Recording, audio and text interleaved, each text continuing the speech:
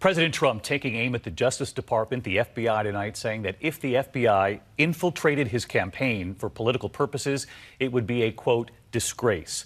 But has the president provided any proof that that actually happened? Here's ABC senior White House correspondent Cecilia Vega tonight.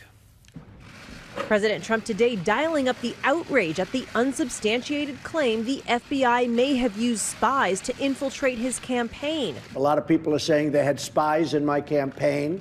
If they had spies in my campaign, that would be a disgrace to this country, and it would be very illegal, aside from everything else. There is no evidence that actually happened. The president's growing anger stems from a New York Times report that claims as part of the 2016 investigation into Russian meddling, the FBI used an informant to question two Trump campaign associates about their contacts with Russians. Some man got paid based on what I read in the newspapers and on what you reported. Some person got paid a lot of money. Law enforcement experts say in reality, the use of such informants is routine.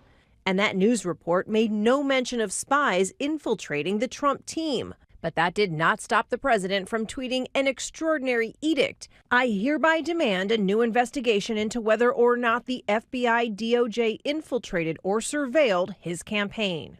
Deputy Attorney General Rod Rosenstein and FBI Director Christopher Wray summoned to the White House yesterday, Rosenstein ordering the Justice Department's Inspector General to investigate the president's concerns as part of an ongoing probe. In the president's crosshairs, Rosenstein, who just weeks ago vowed to stand his ground. The Department of Justice is not going to be extorted. We're going to do what's required by the rule of law. But today, President Trump refused to give Rosenstein a vote of support. Do you have confidence in Rod Rosenstein?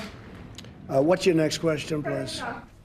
Cecilia Vega with us from inside the briefing room tonight. Cecilia, the American people were told before the election that the FBI was investigating Russian meddling. Legal observers say FBI informants would be fairly standard in that case. But as you report tonight, the president is now saying something very different here, saying there were spies inside his campaign potentially. Is the White House providing any proof tonight? Well, David, none yet. And this is not the first time the president has raised this question about spies being in his campaign. He said it now a number of times. It's also not the first time he has peddled an unsubstantiated claim like this. Of course, you'll remember he said everything from President Obama was not born in this country to President Obama had Trump Tower wiretap. David. Cecilia, stick with us here for a minute. There's also a breaking headline late today regarding Michael Cohen, President Trump's former personal lawyer, who was raided by the FBI and is under investigation. The New York Times now reporting tonight that a longtime partner of Cohen's in the taxi business has now taken a plea deal.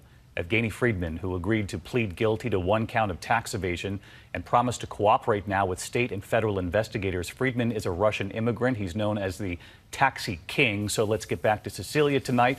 What could this mean for Michael Cohen?